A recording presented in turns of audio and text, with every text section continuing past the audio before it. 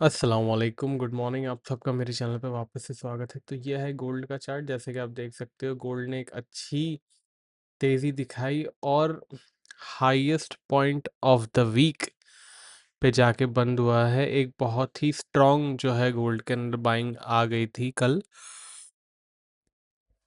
But जिस तरीके की बाइंग की उम्मीद थी कि जिस दिन सुप्रीम कोर्ट का रूल आएगा या फिर रूलिंग आएगी, उस दिन गोल्ड जिस तरीके से वॉयलेंट बिहेवियर करेगा, वैसा कुछ हुआ नहीं।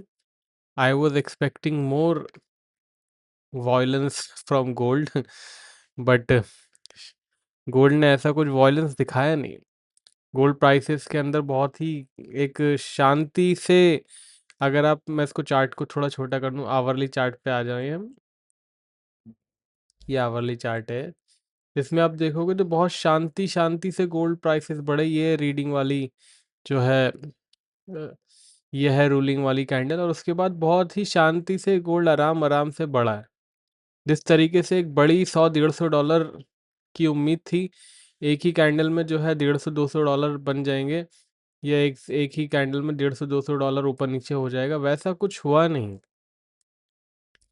क्योंकि मार्केट को भी पता है कि it is not over yet. जब रूलिंग आ गई कि सारे टैरिफ तो नहीं, वो जो एक छोटा सा अमाउंट ऑफ टैरिफ जो है वो इलीगल है, उसके बाद ही डोनाल्ड ट्रंप ने और कुछ नए टैरिफ अनाउंस कर दिए हैं। अब जो है सुप्रीम कोर्ट की रूलिंग से थोड़े टैरिफ तो इलीगल हुए हैं, बट नॉट सारे। अभी भी जो है वी आर स्टिल स्ट्रगलिंग कि कौन से टैरिफ अब लगेंगे और कौन से टैरिफ नहीं लगेंगे। उसके बाद एक पेंच ये है कि जो टैरिफ के बाद रिफंड जो देना है, वो रिफंड 175 बिलियन डॉलर का रिफंड है। ये जो 175 बिलियन डॉलर है, ये कोई छोटा अमाउंट नहीं है। इनफैक्ट गोल्ड प्राइसेस ऑलरेडी इस बात को डिस्काउंट कर रहे थे कि रिफंड आएगा, बट रिफंड कैसे मिलेगा, क्या होगा, और उसका यूएस डेफिसिट पे कितना असर पड़ेगा, बिकॉज काफ़ी 2-3-4 महीने से यूएस का डेफिसिट थोड़ा कम हो रहा था। इनफैक्ट $2,000 $2,500 का जो चेक आने वाला था बिकॉज ऑफ टैरिफ की जो कमाई हुई थी यूएस की, अब उस पे भी क्या कहते हैं, बिल्कुल ऑफ कोर्स क्वेश्चन मार्क तो है ही। It is kind of understood कि अब वो 2,000 $2,500 का चेक तो आएगा नहीं। बाकी अब जो है इट इज़ ऑलमोस्ट सर्टेन के जो रिपब्लिकन पार्टी है, मिड टर्म इस साल के अंत में होने वाले हैं, वो मिड टर्म तो हारने वाले हैं ही। अब मिड टर्म हारने से बचने के लिए क्या होता है, that we will have to see. Supreme Court की रूलिंग को ट्रम्प जी ने कहा है दैट इज़ अनग्रेसफुल, अनपेट्रियोटिक कह दिया है। एंटी नेशनल जो आजकल बहुत फेमस चल रहा है, दूसरा वर्ड है उसका ये बट अब ये देखना है कि अब डोनाल्ड ट्रम्प जी क्या करते हैं। वैसे उन्होंने एक दूसरी जो है अपनी पावर का इस्तेमाल करते हुए और टैरिफ तो लगाए हैं, बट अभी जस्ट वीकेंड है और अभी 2 दिन पूरे बाकी हैं, तो स्टिल वी विल सी के how does it pan out, कैसे, मतलब मंडे आते आते क्या होता है क्या नहीं होता है। अभी भी बहुत सारी चीज़ें अनक्लियर हैं, अभी भी बहुत सारी चीज़ों पे सवालिया निशान लगा हुआ है कि कैसे फंक्शन करेंगी, because it is very complicated. सिर्फ टैरिफ रोकने नहीं है, नए टैरिफ लगाने भी हैं जो डोनाल्ड ट्रम्प जी ने बाद में अनाउंस किए हैं। उसके बाद रिफ़ंड भी देना है, किसको कितना रिफ़ंड देना है वो भी देना, वो भी पता चलना चाहिए कौन रिफ़ंड देगा, कैसे रिफ़ंड आएगा। और 2,000 $2,500 का जो चेक इतना, उस पे जो इतना पीआर किया था, वो भी अब आएगा कि नहीं आएगा। ऑफ कोर्स नहीं आएगा। अब जब टैरिफ ही इलीगल हो गए तो रिफ़ंड नहीं देना पड़ेगा तो कैसे आएगा। तो ये सब सारी बातें, लेट्स होप वीकेंड क्लियर होते होते अपने को पता चले। बाकी ईरान की न्यूज़ तो एकदम जो है बैक सीट ही ले ली है।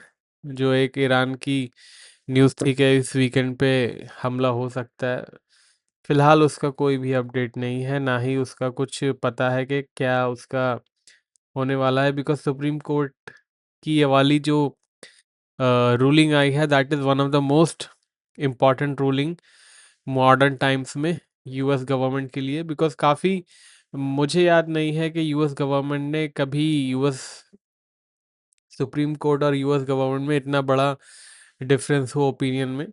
और लेट्स सी कैसे पैन आउट होता है, प्रेसिडेंट के पास क्या क्या पावर है और सुप्रीम कोर्ट के पास क्या क्या पावर है, that we will see. Weekend पूरा बचा है, लेट्स ग्रैब योर पॉपकॉर्न। बाकी लेवल्स देख लेते हैं। उससे पहले अगर चैनल पे सब्सक्राइब नहीं किया तो कर लीजिए, ऑलरेडी सब्सक्राइब्ड हैं तो मेक श्योर आपने लाइक का बटन दबाया है। काफ़ी लोग लाइक करना भूल जाते हैं। पेड सर्विसेज की जानकारी के लिए डिस्क्रिप्शन में है सारी जानकारी।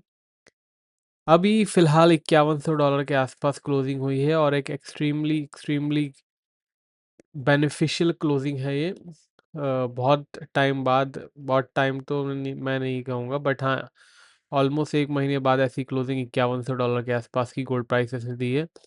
और आप देख सकते हो बिल्कुल पीक पे जाके बंद हुआ है।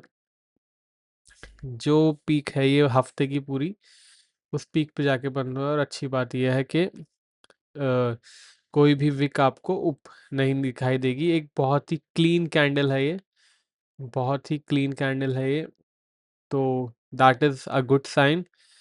और and that is not a great sign for sellers.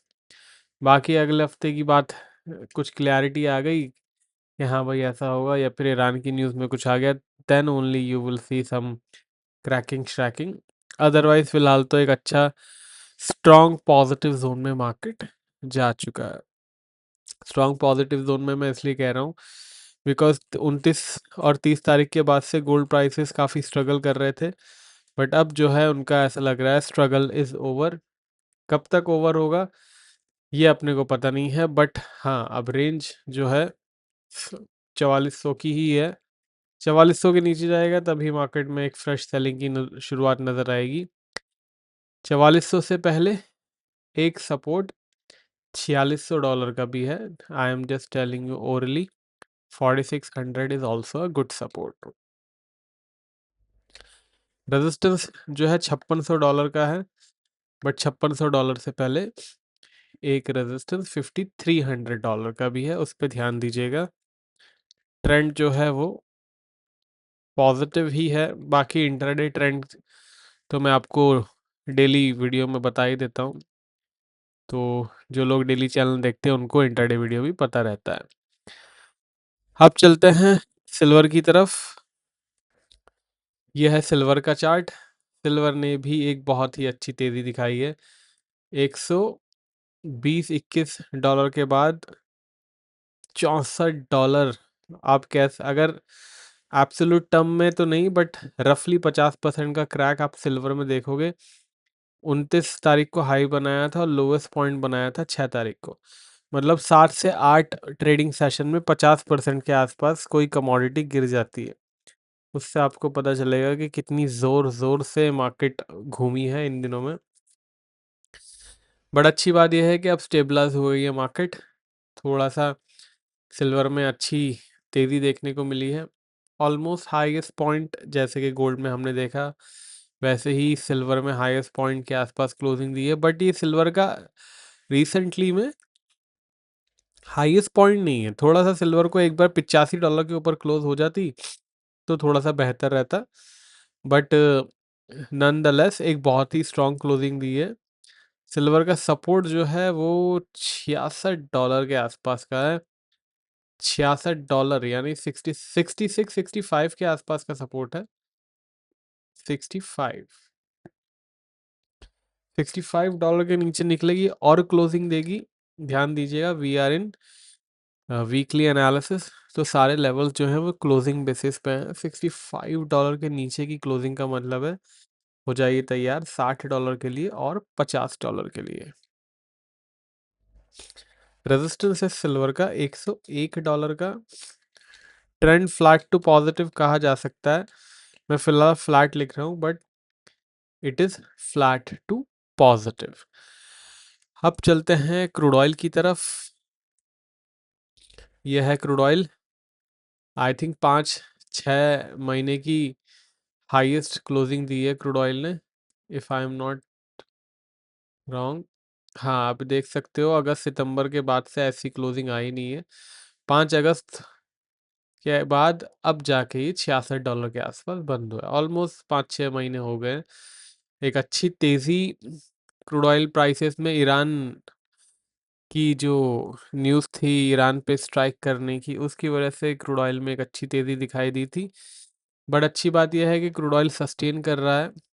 अब मंडे को सस्टेन करता है कि नहीं, that we will have to see, because काफ़ी रिपोर्ट्स ये सजेस्ट कर रही थी कि वीकेंड पे जो है ईरान पे अटैक हो सकता है।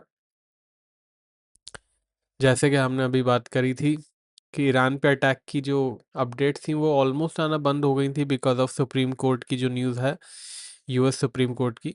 तो अब जो है वीकेंड पे अगर एक्शन होता है तो फिर अगले हफ्ते क्रूड ऑयल वापस से ऊपर चढ़ सकता है। नहीं होता है तो फिर देखना होगा कि क्या अपडेट आता है। टेक्निकली तो पॉजिटिव ज़ोन में ही है ये, जो मेरे चैनल देखते हैं उनको पता ही होगा, काफ़ी टाइम से 1 डेढ़ हफ्ते से पॉजिटिव ज़ोन में आ गया है बिकॉज़ ऑफ सपोर्ट हमारी रेजिस्टेंस ब्रीच हुआ था, जो कि सपोर्ट बन चुका है। $60 के नीचे की क्लोजिंग होगी तो ही मार्केट वीक ज़ोन में जाएगा। रेजिस्टेंस है हमारा $72। ट्रेंड पॉजिटिव ही है तो रखिएगा ख़याल। चैनल पे नए हैं तो सब्सक्राइब कर लीजिएगा। पेड सर्विसेज की जानकारी डिस्क्रिप्शन में है। अब मिलेंगे मंडे को, तब तक के लिए टेक केयर, बाय बाय।